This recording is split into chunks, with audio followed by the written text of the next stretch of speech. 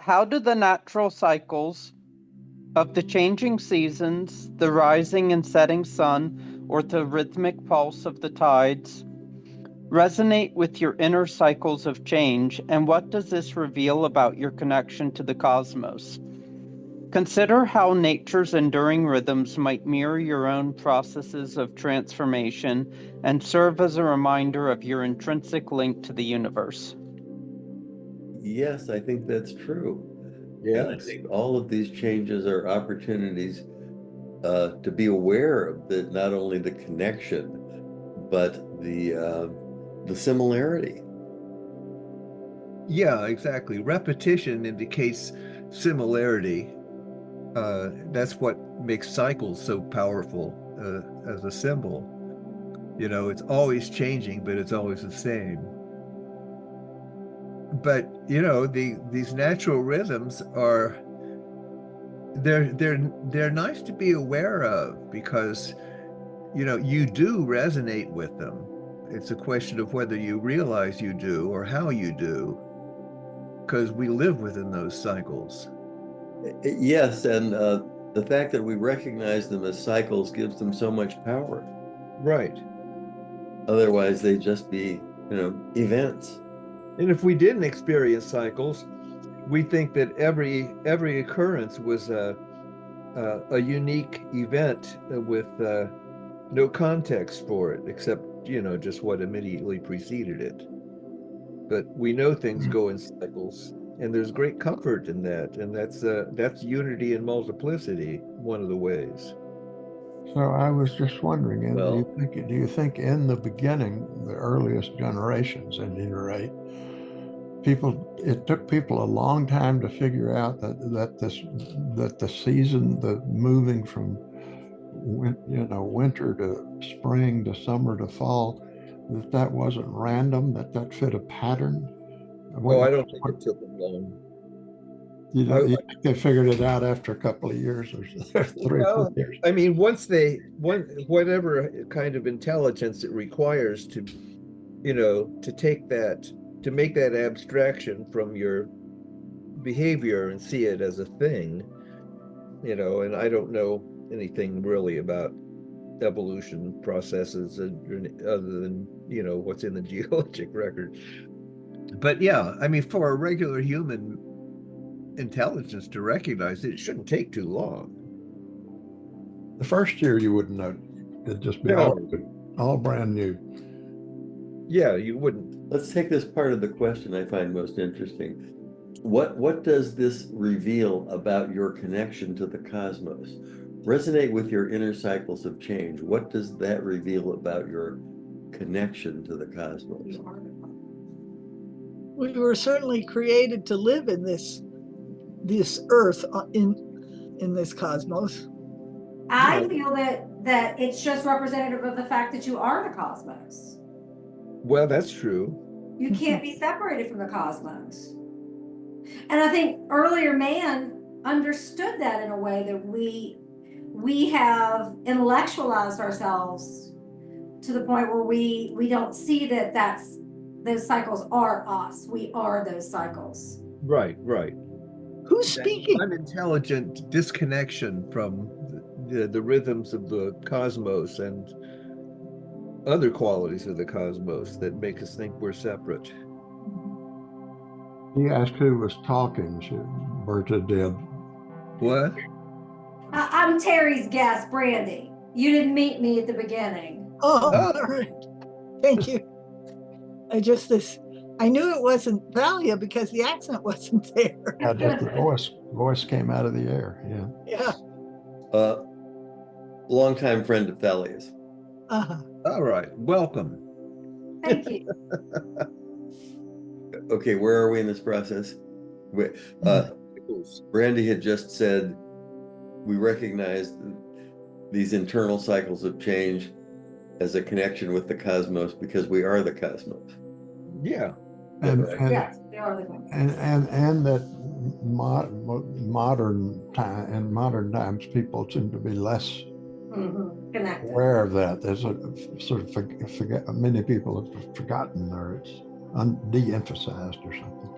What Well, I do you, certainly think traditional religion has, or the, I would say the Christianization of society has done a really, really good job with beginning with the great chain of being to putting us above all these other things.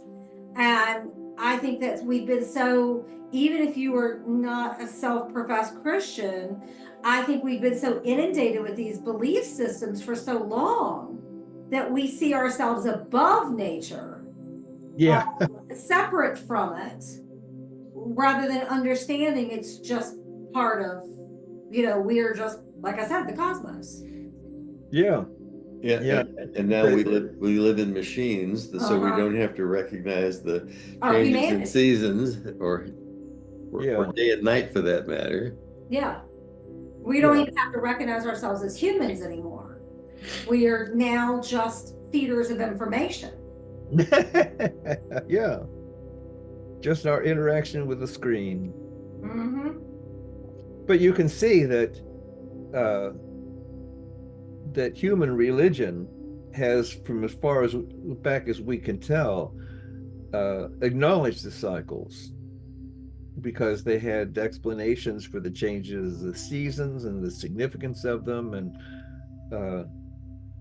The old religions, yes. yeah, and if there's they want to make a special day for something or other, it's automatically recurring. So anyway, yeah, the moon goes around. They sort of build the liturgical years get built on. Yeah. I mean, you wouldn't want to have Easter in the dead of Even winter. Well, it even doesn't matter. sorry. Yeah, go ahead. I was gonna say, even within religions themselves, the modern religions, they tend to not celebrate anything different from each other. They just reframe it. And when it comes back to, it's like what you're saying, that we're really celebrating with Christmas, with Diwali, with Hanukkah, with all these things. We're really just celebrating the birth of the sun again. Yeah. Easter, we're celebrating the equinox. With Halloween, we're celebrating an equinox. So I think, it's although the summer does seem to get forgotten about a lot, but it's all just rebranded. Yeah. Sometimes it's repurposed, but not fundamentally, usually. I don't care that much about, I don't take great joy in the changing of the seasons, but I do appreciate the fact that they're different. And they all have their positive qualities. But it's nice, things being in, turn, everything changing all the time. There's actually a kind of comfort to be derived from it once you realize it's cyclic. Well, there's a lot of comfort in cyclic because it's dependable.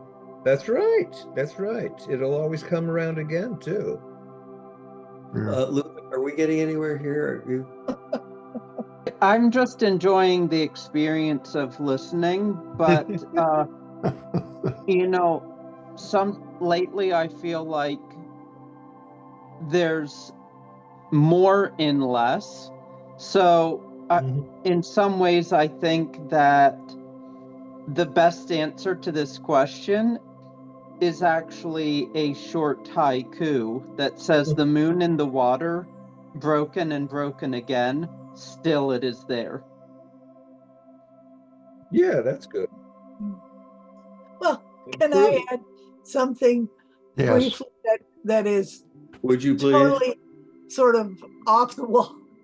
There was an old BC cartoon. Remember BC? Yeah. And the two cavemen were sitting on the beach watching the sunset. And as they're watching, the tide is coming in. And at the end, one caveman turns to the other and says, "How can something that small displace that much water?" While we're on a side moment, just for Larry and David's enjoyment, I got a birthday present from Thalia's son. and this is it. Wait, what is it? I'm sorry, what is it? It's a I- robot. The You could robot. recognize it Oh, immediately. yeah. Will Robinson. It's Robbie. Robbie, I Wait, just thought I'd share that with you. from the original movie with Yeah. Leslie Nielsen, right? Was that Leslie Nielsen? Well, What- did was Robbie that- first appear in Wait a Forbidden? minute. Oh no, Was that was Robbie the robot. I was thinking of That's the right. dead one. No, this is Robbie the robot. Okay, on next question. You know, when I was a kid, I had a toy before they had decent battery powered motors that had a cable to it and a crank, and you'd crank it, and it was a Robbie the robot that rolled along the ground, and then you could turn a crank on his back and he would say, "I am Robbie Robot, the mechanical man. Guide me and steer me wherever you can," or something like that. Yes, I have another Robbie robot that says, "I am monitored to respond to the name Robbie." And how may I be of service? Yeah. That use of the word monitor is I think it's brilliant. well, it fits, but it's a misuse. I think. Well, no, it involves the problem of saying my name is. It leaps over that whole issue. Yeah. Oh yeah. It's saying I'm programmed to be That's this right. way. Yeah, That's sure. right. That's No, right. it's just the word monitor, which I think of as, a way you observe something rather than Oh, well. Program. although there is a low-level program, for bootstrapping that's called a monitor. So, it has a reference. Well, as also an audio monitor, about. Oh yeah, well, we've got video monitors and audio monitors, Right. and yeah. All right, What's the temperature in New York? 51 degrees. We're 57. Yeah, I'm amazed because it's been so cold. This Is is that a a heat wave? a Are you heat having a wave, heat yeah. wave? yeah, it's 56 here according to my little device, but yeah, it's been in single digits every night for a while, Yeah. and yeah, it's been cold. 59 here. How about another question? Yes, please. Oh, you mean other than what's the temperature? Yeah. Something else. All right. Sure, but just Yeah, one yes, thing I've please. been thinking about lately with everything going on is how, a lot of times I like to bring up the past, paganism and other earlier, more pluralistic religions. But you can't really go into the past. You have to go into the future. But, certain things in the past can be a inspiration of sorts. And I was just thinking that maybe a good term for something moving forward that dispenses with all of this Progress. horrible matter from the monotheistic patriarchal tradition could maybe be like termed post-monotheism. Okay, let's think about that. Because you can see the history of religion starting out more well, not even necessarily within any theists, just the sacredness of the environment of the world you live in, the magicalness. Right. It was a sense of wonder. I mean, Yes. basically, theism itself, even polytheism, was a degeneration of the original kind of pure shamanism that was really at its heart so pluralistic it couldn't help but be non-dualistic without necessarily a philosophical framework to express Right. it. Well, since it includes all that we would call plural, but yet it's a seamless whole, and the ancient attitudes toward time, the past continues to occur in the present in certain sense. I mean, I was sitting writing some poetry, and I wrote a little blurb that said, "How is it that infinite plurality always leads to oneness, but oneness has caused nothing but separation?" Yeah, well, it's that also the relation between absolute and infinite. That human thing about it's our oneness. That's right. Yeah, as soon as you want to make some aspect of non-duality. absolute, you're in trouble. What, Randy? I said, even though there are many religions, one in particular that disguises non-duality or disguises pluralism as, well, the Christian faith does that through the Holy Trinity. But you also look at the Catholic faith, where you have a myriad of gods and goddesses that have been represented in the forms of saints. Right. I mean, people are still practicing pluralism, whether they realize it or not. Yeah. I mean, it's like an adaptation to the it is. It's just become an adaptation of society and control. And of course it arose during the Roman period, and they had their gods and their rituals and everything. Yeah, but so did the Germanic tribes and the Picts and the Native Americans and the Hindus. But yeah, I mean, it's certainly well known that Christianity's greatest strength was its ability to absorb other people and relabel these things. Yeah, and it could only do that because basically the truth is one, and it works. Which is why I think people hold on so tightly to the Holy Trinity, because there's an innate pull in us that says we need this filled in multiple ways. But yet what I find interesting is they can't seem to easily express what the Holy Trinity is. But if you just accepted non-duality, you would understand what it was. I don't know if I made sense there. Yeah, and I think the Trinity, in order to relate to it, has to be dynamic, constantly transforming. Otherwise, it's just staring at a triangle. Well, there, a lot of traditions have it, and it's one of the earlier symbols. You have it in Hinduism, you have it in ancient Greek religion. I mean, there's certainly a very strong degree of truth in that if approached in a certain way. But I personally, rather than saying that I worship the Father, Son, and Holy Ghost, would rather say, I worship you, pencil, I worship you, tree, I worship you, floor, I worship you, lamp, I worship everything I see and everything I don't see, because all of it is God. Yeah, that's a little hard to formalize, though, and build a civilization around, but it's quite... it's harder to control people when they have a really good understanding that they are God. Oh, well, yeah. Well, and that's the thing.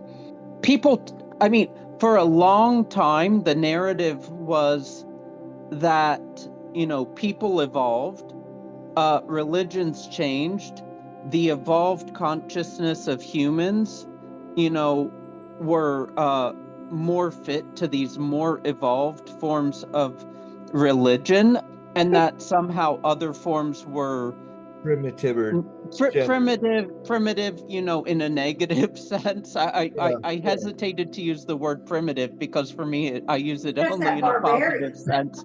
Yeah. But that's the opposite of the case. People don't seem to see that all of these later forms of religions are social constructs. They arise in societies, and when you have a society that's a hunter-gatherer society, you can have a more natural outgrowth of, and flowering of pure spiritual sentiment. Whereas when you have a hierarchical society with a king at the top, naturally it's going to lead to these kinds of radically hierarchical forms of monotheism. Right, which are oppressive by nature, even though not by intent. One of the Neoplatonists said, I don't have anything against the Christian God.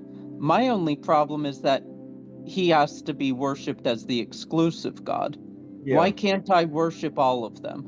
The Bible even says in the very first part of Genesis, I am your God. Put no other gods before me. It doesn't say I'm the only God. Yeah, that's true. It says I am yours. And Yeah. Mhm. I think people miss that. They sure do. They sure do. Actually, the entire worldview of the Old Testament is a worldview of tribal monotheism within a polytheistic Weltanschauung. And it's really only later on that we abstracted that and said, no, there only is the one truth. Now, obviously, there is one truth that encompasses all things, but when you say that is a God, you personify it and put it out there and completely disregard all forms of immanence, that's just asking for trouble. Well, and That's I think what we thought. a lot of these earlier cultures where they had their God, it didn't invalidate the others. It was just that, well, that kingdom over there has its God and we have ours.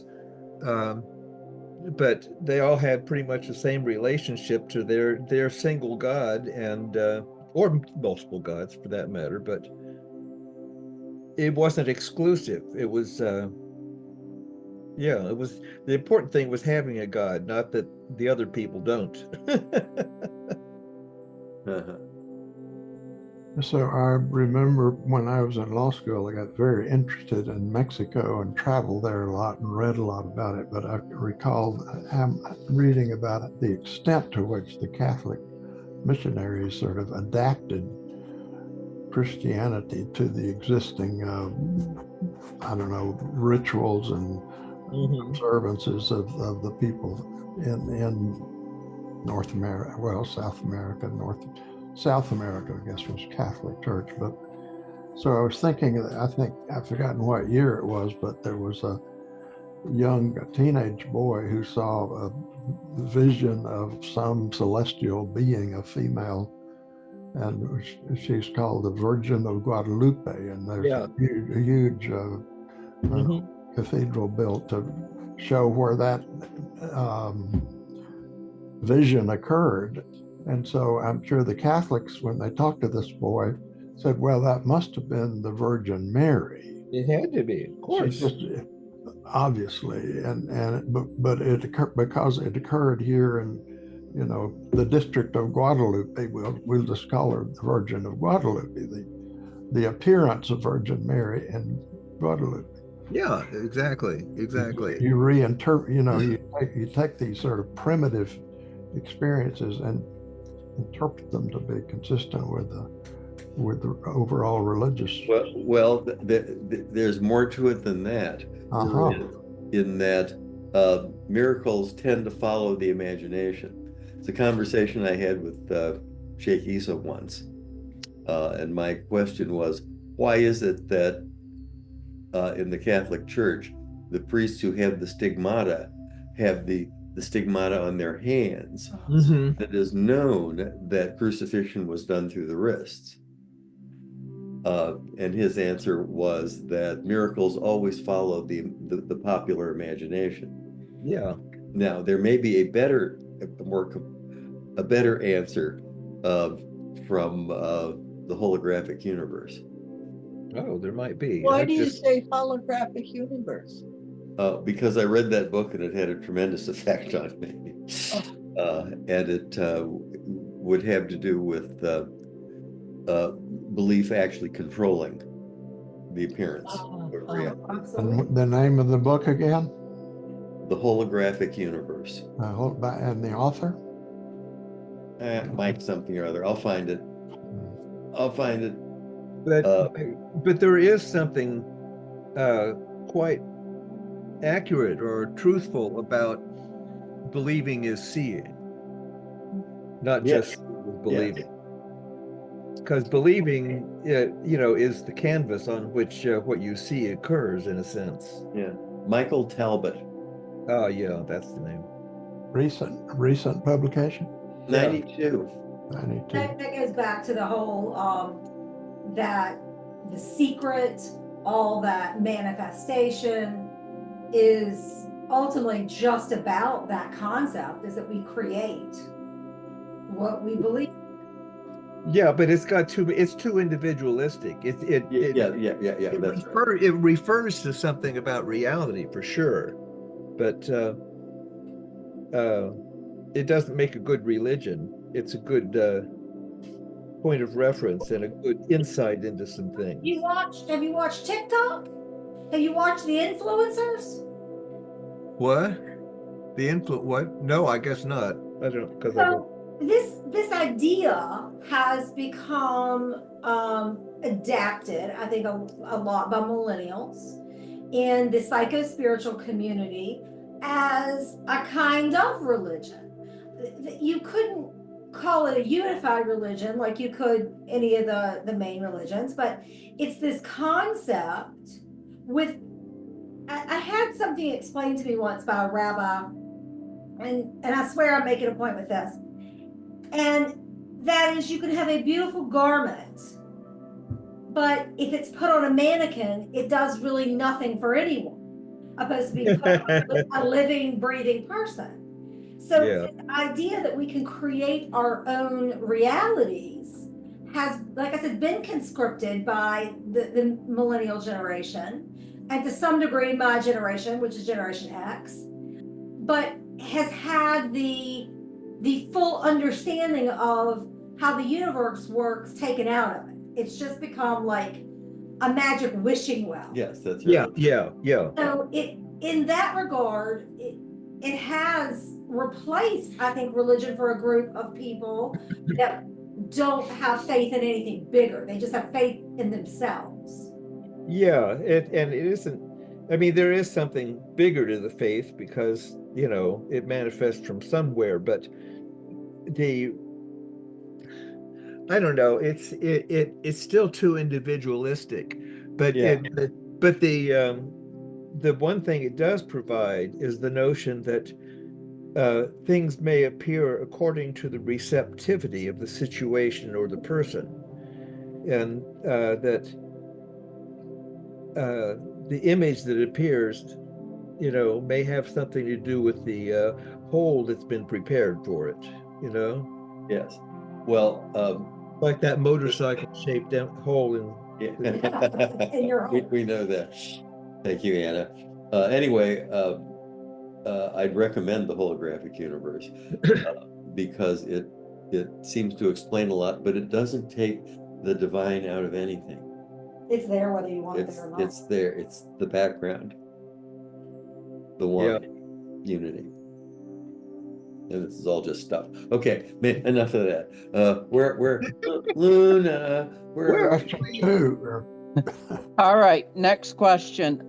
In the midst of silent introspection or during contemplative meditation, how does your inner dialogue illuminate the interplay between your finite human experience and the boundless mystery that lies beyond? Reflect on how these moments of inner conversation may unveil layers of meaning that bridge the tangible aspects of your life with the ineffable qualities of the divine. I try not to have an inner dialogue, but there is always a dialogue with the cosmos. You never think about what you're thinking about? Oh yeah, if thoughts occur, I notice them, and I may find myself off on a tangent thinking about them, but that's kind of just unavoidable. I don't know. I just think the inner conversation isn't. It's more of a resonance between me and the universe, or the part of the universe I'm aware of, and part of the universe that represents reality. Yes, and the spaces between that conversations are those ineffable qualities of the divine that Luna's referring to here. The significant thing is that wherein those conversations arise. Yes. Can you say more about that? No, not really. I just think that's That I agree with what you just said, Terry, that's where, or I can't remember who just said it, that's where the conversations arise. Is the contemplative moments. Between those thoughts, Mhm. in that space. Yeah. I think that we can answer that, we can ask the questions, but the between the space is where we find the answers. Yeah. Yeah, exactly. There's a notion of receptivity that creates or allows the space for things to happen. And there's a reality to that. So prayer and meditation Yeah. are two sides of the same coin. Prayer is the conversation where you're speaking to the divine, and the meditation is where the divine is speaking to you. Yeah. The one is listening, and yeah, well, sure. The one is receiving. Yeah. It's the most perfect act is actually, in a certain sense, the perfect receptivity. It's like a perfect passivity, because you have opened yourself to receive something, but you don't give it to yourself. That openness is just so crucial, because people want to take their desires and their will and fill that emptiness which is where everything actually happens. Yes. Don't push the river. Forget whose thing that was. Good definition of meditation, David. Watching the arising and dismissal Yeah. of Yeah. phenomena inside and out. It's being aware of what happens rather than being the doer or the summoner or anything of what happens. Just be there. Just be. Yeah, just be. I think of the experience I have in these Tai Chi classes, and I just this morning, there's a point where you do a series of movements and then you put your hands down, you're sort of supposedly bringing the chi back to your lower abdomen, and hold your hands over your lower abdomen and your eyes are closed, and that's sort of the end of a series of movements. But when I get to that point, I feel like I sort of disappeared, and I think, well, if I stay here too long, everybody will get worried about me. So I can't let myself stay in this state too long, but it's kind of nice just to sort of, there's an awareness of being, I guess, but I'm not seeing any or experiencing anything. It's just void out there. It's nice. Yeah. But it's a cycle of manifestation and return, in a sense, because you do these things physically in Tai Chi, but it's the But then you finish by you all finish. back. Yeah, exactly. You finish by recentering in the chi rather than expressing, sort of putting it away or letting it go back within. When you reach that moment, Daryl, do you come up on the balls of your feet? No, that is one of the movements, but because of my bunion, I have a little trouble. I can do that to some extent, but not as much as the younger folk, anyway, or those without bunions, anyway. I just asked because the exercise I do in the morning is swimming dragon, that ends up in very much the same way, but on the balls of the feet. What category of exercise is that? I would call it close to Tai Chi. Close. So, Berta, we haven't heard from you in a while.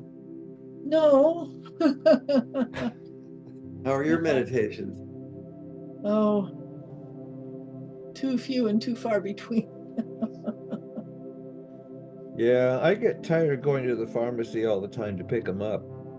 Oh, that's medication. But meditation is good.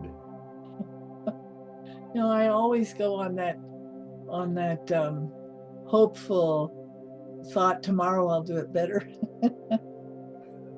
Well, yeah, but really it only matters if you do it now. Right. And you can stop at any moment. and have a meditative experience. I mean, Oh, yes. yeah, you can draw inside and be. And I can't say how many times in this bad weather that I have said just immediate prayers of thanks from realizing that I just could have had a big fall and I didn't. Yeah. And just that gratitude is just right there. And I'm grateful that it's so present because I think that's so important. Yeah, we go through the early part of our lives without realizing, Oh, yeah. you know, how Yeah. fragile our existence really is. We're all just penciled in. Yeah. Well, are we going to do another question in 2 minutes? Minutes. Can I ask if anybody else saw the movie Conclave? About the picking of the. Oh, I saw it. Yes, I saw it. Didn't you think it was well done? What now? What's it about? Didn't you think it was well done? Yes, yes. I did not expect, and I was so pleased. What was the movie? Conclave. Conclave. Oh, Conclave. Yeah, it looked. I saw. You know, I saw the ads for it. It did look pretty interesting. It is good. It has, I would say, a surprise ending. You know, they're selecting a pope. So Yeah. You know, they're just showing old pope dies, new pope has to be elected by the cardinals who come from all over the world. Yeah. There's several, you know, competing candidates, I guess. That might be happening as we're getting ready to happen as we speak. Yeah, exactly. Yeah, I saw the title and really didn't know if it was a documentary or whether it was a drama. See how he's doing. Drama, but yeah, it's purely fiction. But it's you know, we It was well done. We may see it in the next few weeks. Yeah, we could have another one of those. Yeah, I mean, they said you talk about the Pope being 88 and being so sick, and I thought, well, that's normal, I suppose. You know, we've been here before. It's part of a natural cycle. But yeah, it's just the way it goes, you know.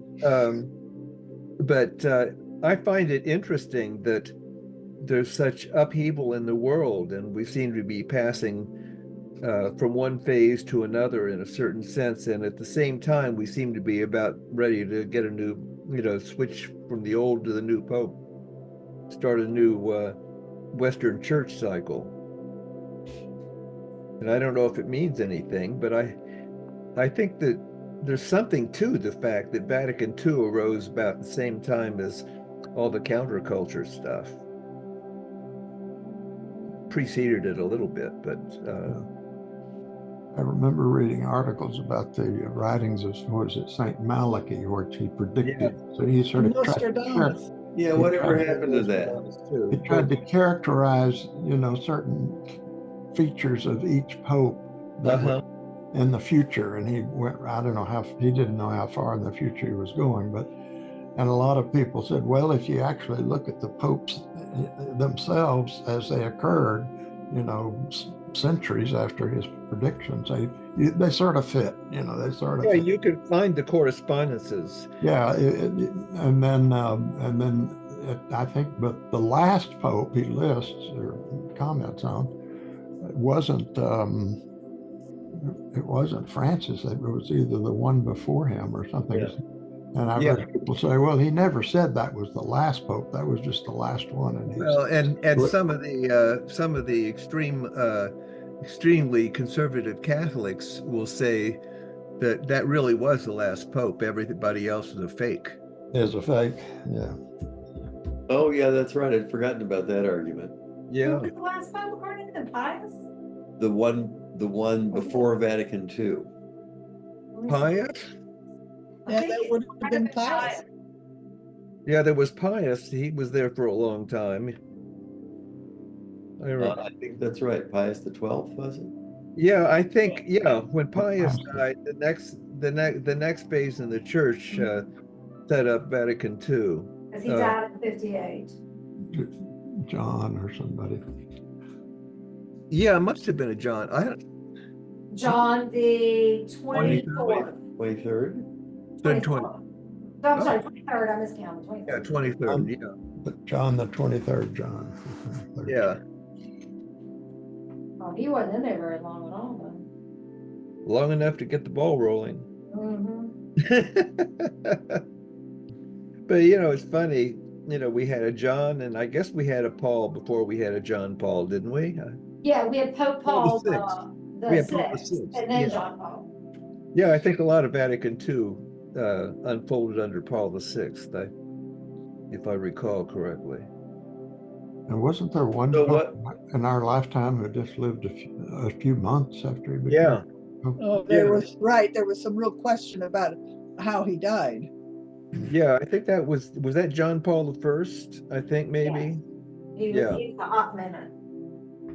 Yeah, he didn't last long at all, and there's a lot of suggestion, intrigue. So whatever happened with the split in the church? And remember Marcel Lefebvre? Yeah. And It still exists, I it's think. still around. I'm not sure where the divisions lie, but there are radical conservative Catholics that are, part of the Christian right in a certain sense. But the Lefebvre Church, I think it's still around. I'm not sure if it's been radicalized or if it has its separate existence, but there's a lot of conservative Catholicism that is, more in tune with the religious right. Are you talking about where they still use the Latin Mass, that group? Yeah, that's part of it. Part of it. It's there. I mean, the new church allows a Latin Mass. It's slightly modified. It's the Trinitine, or I forget now. Not the Trinity. Anyway, but it's like the new Mass said in Latin, and that's been very unsatisfactory for some traditionalists. But yeah, there's behind the scenes. There's things like Opus and things like that going on among the Catholics, and they're a little bit more secretive about it than the evangelicals, but they have something in common. Well, are the Catholics really polarized at this point? I mean, like Christians are? Yeah, there's a big difference between, say, the German Catholics and the New York American Catholics, the New York diocese, which has gotten pretty far right, pretty conservative. You mean it's another case of a religion being co-opted by a social movement? Well, it's hard to say. You wonder about these things. It's almost, these things that move across the world and through humanity and everything. And I think Gurdjieff said they were planetary influences, but it doesn't matter. The point is there's something going on that affects the collectivity. And if we're lucky, it's not a plague. Yes, well, true. But you can see that we're going through some kind of change between phases of some kind, and I don't know where the line is drawn. If the line is drawn back in the 60s, or if the line is, I don't know. But there was a charismatic Christianity that was quite benign and somewhat shared between Christians, Protestants and Catholics, where they tried to get, love and love of neighbor and social ramifications of that, to experience their religion that way. And it was very nice as long as it lasted. What became of that? Well, I don't know, but I remember in the late 60s, or I think it's in the late 60s, what did they call it, the Jesus movement or something? Did they call it that? I hung out with some of those people at some event, and they were very nice. They were very sincere, and they were uncomplicated, but they were trying to be as deep as they could. I mean, they wanted to be real. But it was refreshing. It wasn't my thing, but it was very nice. But I don't think it took too long before it got polarized. Everything gets polarized these days. Well, shall we try to stay unpolarized until Thursday? We will do our Well, best. Yeah, we could. We could try. Well, it's a good place from which to look at all the polarization in the world. Yeah. It's better to see the periphery from the center. What do you think about everybody that? have a good evening. All right. Will you join us on Thursday? Yes, I'd love to. Thank you for allowing me to be part of your conversation tonight. Well, come on in. Yeah, we look forward to it. Thursday. All right. Okay, bye for Bye. now. Have a good night. Bye for now. Thank you, Luna. Thank you, Thank Luna. you.